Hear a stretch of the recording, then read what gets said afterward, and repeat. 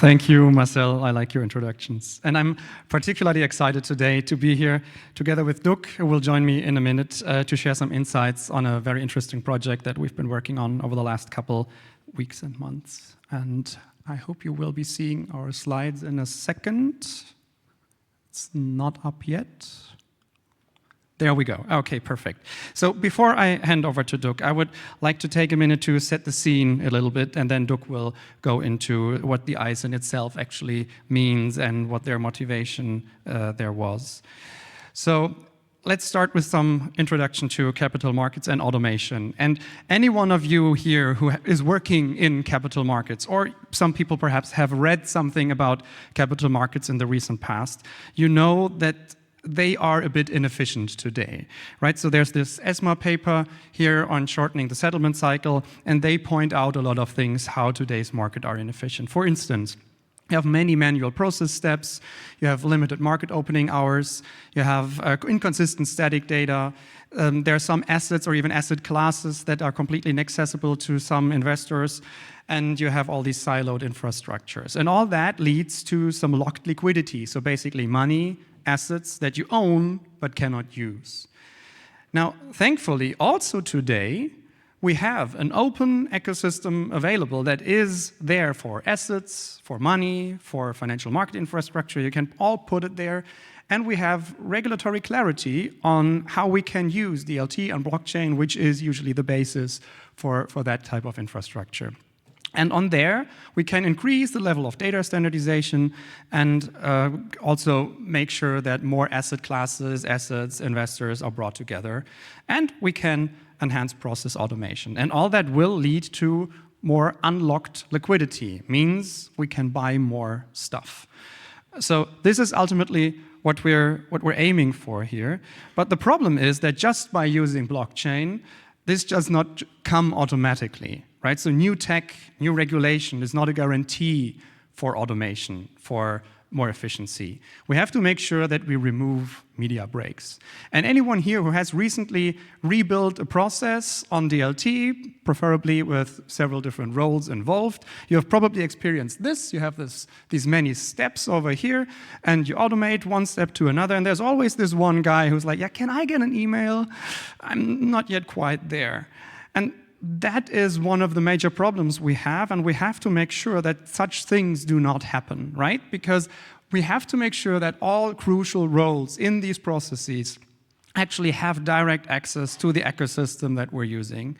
Assets, money, business logic, all these things must be available in a way that I know in advance what could happen. Because if I do not have that, what I need is people, humans, who look at the outcome and make decisions. So then we have manual steps, manual process steps again. So this is something we should really not have. And before I tell you about how we solved this with the smart ISIN, I would like to hand over to Duc, so you can please share some insights on your thoughts about the ISIN. Amazing. Thank you, Marc. Let me see if it works perfectly. So also warm welcome from my side. My name is Duc. I'm head of innovation at Gruppe, and I'm very happy to talk today about the role of ISINs, what VM has to do with that, and also our thought process in the context, of innovating in the field of ISINs, and happy to share some words about it. But first things first, let's see. So I have some facts here about VM. So as you might know, in Germany, if you issue a new security, you need to come to us to apply for the ISIN. This is one of our crucial services that we provide for the capital markets. And here's some facts. I just picked one of it. And 6 out of 10 ISINs issued worldwide are coming from VM. We're a small company, 450 employees in Frankfurt, Bornheim. That's quite significant. And I stress this because I feel like this is a huge thing, right? Because we have a lot of responsibility for the capital markets to serve the ISINs for every security issued in Germany. We also do that for many other countries, but I'm stressing Germany right now. And what's quite interesting is, we are very important for TradFi. We provide data, products, services, and we do see, that blockchain is coming or has come already. Digital assets, tokenization. We do see, that TradFi is currently changing. We know that because major key actors and companies here in Frankfurt, for example, are also our shareholders. And we talk with them a lot and discuss how this innovation can progress and also very important, what our role could be as VM. Speaking again of TradFi, we do know that it is already in transformation or under transformation, so work in progress. And of course, it is natural to us because as a role as a national numbering agency, we do have a responsibility, and it makes sense for us to deal with this technology and to see how we can use that, leverage that, also adapt our own services and our processes in order to serve the markets and in the end also our customers. So in the end, we need to evolve along with the technology and also our customers for our own sake, but also for our customers' sake. And this is why exactly this is our target picture, right? So you do understand now, if you have not known anything about VM, we are very crucial for the capital market. And of course, we need to be very careful with this role because we cannot do or perform any open heart surgery. So we need to choose our innovation endeavors or projects very carefully with our partners. And this leads us a little bit closer to our pilot project, which is called Smart ISIN, but we will get to that in a minute. So let me just elaborate 2 more slides. So the first one is referencing to the so-called crypto securities according to the Electronic Securities Act. And I checked it this morning. So as of now, there are like around 280 crypto securities issued according to the Electronic Securities Act since 2021. And now if you compare that to TradFi and TradFi numbers, you might agree on that, that there's still a lot of potential. Do you know how many securities are issued in Germany every year, roughly? It's around 8 million. Sorry, Arlen, for that.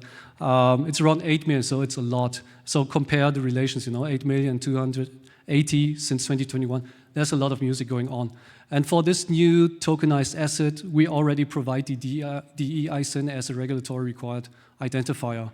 And, the market is not quite there yet. I strongly believe that this number will skyrocket in the future. It's just a matter of time.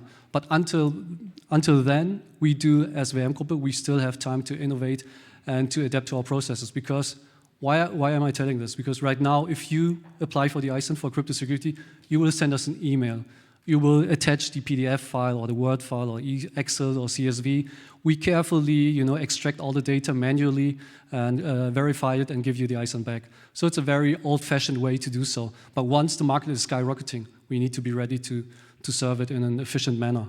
So this is the first one. And the second one, before I finish, is that I have been in blockchain business since 2016, and I since then talked a lot to many experts, companies, consultants, I've been on many stages, and I do believe we still have some challenges to overcome. I just want to pick the one most striking for me personally, and it is that if we all believe that blockchain will be a thing, serious thing, established in all the companies and all the processes, disrupting legacy systems, then I strongly advise and do believe that we need to think more in on-chain worlds. I mean, with on-chain worlds, on-chain data ecosystem, on-chain processes, process steps, like fully end-to-end. If we don't have that, I do believe we cannot unlock the potential of talking about efficient processes, cost reduction, and many more benefits that I'm very aware you are very aware of it.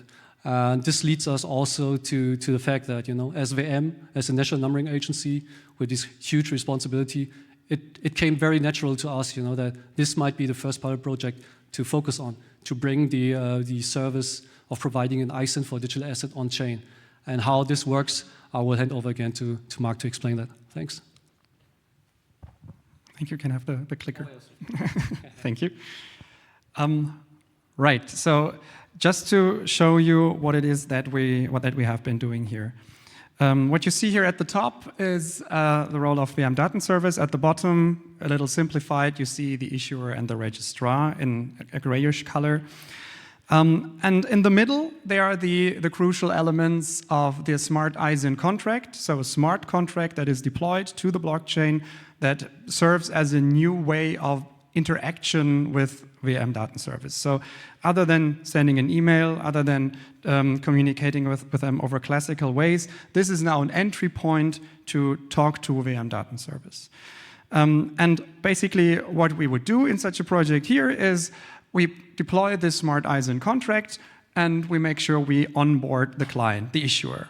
So the issuer is then known to the smart contract, and in the next step we would store the available ISINs for that issuer in that smart ISIN contract. And then they sit there.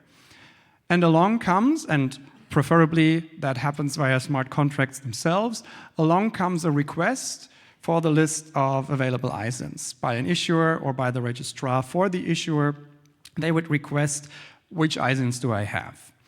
And then, after some internal processing on the issuer side, on the registrar side, they would say, okay, this is the ISIN I want to use, and they basically tell the smart ISIN contract, I want to use that ISIN. And what then happens is that this smart contract emits a so-called event, that a specific ISIN has been consumed. This event is caught, and initiates an off-chain process that still takes place on VM Datenservice side. And in the meantime, the registrar can deploy the register smart contract if it isn't already there, can add all the details, can insert the ISIN, everything that is required for that to be a real register. And then, at some point, once VM Datenservice is done with that internal processing, they would give the final go and say, now we're ready, the ISIN is live. And while I talked about media breaks earlier and how we should make sure that processes are run in one ecosystem, on one infrastructure, you see, a blockchain where all these smart contracts are deployed is a tool that we want to use, that several companies, that several roles want to use to share logic, to share data. It doesn't have meaning unless we give meaning to the data on that chain. And this is exactly what happens here, right? We bring meaning to a string. It's not just a string, it's an ISIN, because there is the accountability of VM Datenservice here and says, these are real ISINs. That's the first step of bringing information into that ecosystem.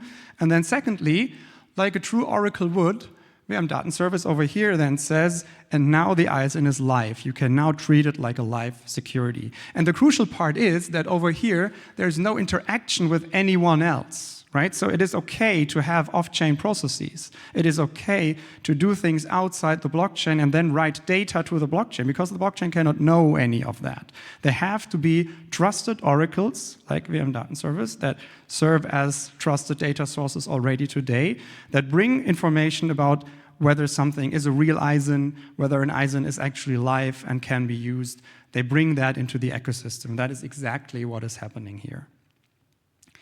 So that for the process. Perhaps the final remark, I said here, issuer, registrar, because it really depends on how much the issuer wants to do by themselves, to what degree they are onboarded to the ecosystem, to what degree they communicate with the registrar in a different way.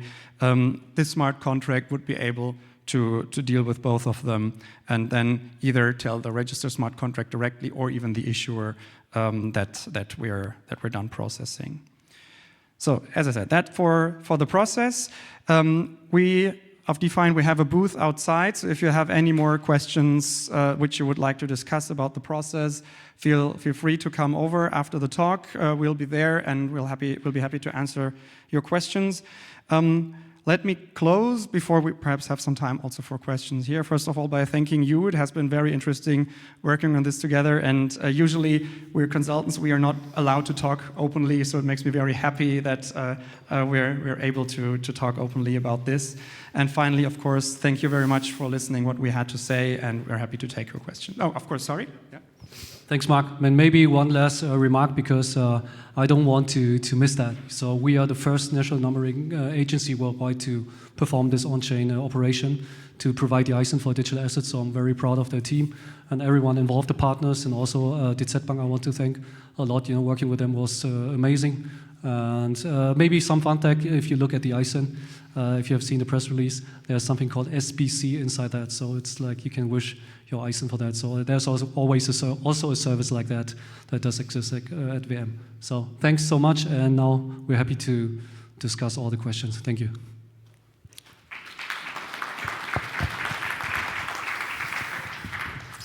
Very nice job. I'm basically there to hand over microphones now. You're censored. It should be on. Yes. Hello? Can you turn the microphone on? Wait. Thanks for the presentation. I have a detailed question. How long does the off-chain process took place? It's for you. I mean, since this one was staged, right, every party was involved and already included, so not so long. But in general, I think I dropped a fact, you know, that 90% of all the ISIN applications are issued and fulfilled same day, right? So I think in a real life environment, it will probably just take a few minutes, I believe. So because I think we do exchange the data on chain, right? And we get that as an XML file according to the IGMA bond data taxonomy. So in the best case, everything is perfectly delivered and we can just consume it. And there's like no need to manually extract the data again out of any kind of documents. Thanks. That was actually one crucial step, right? That we automated this this catching of the event, which already contains all the information that is required to do this off-chain process efficiently.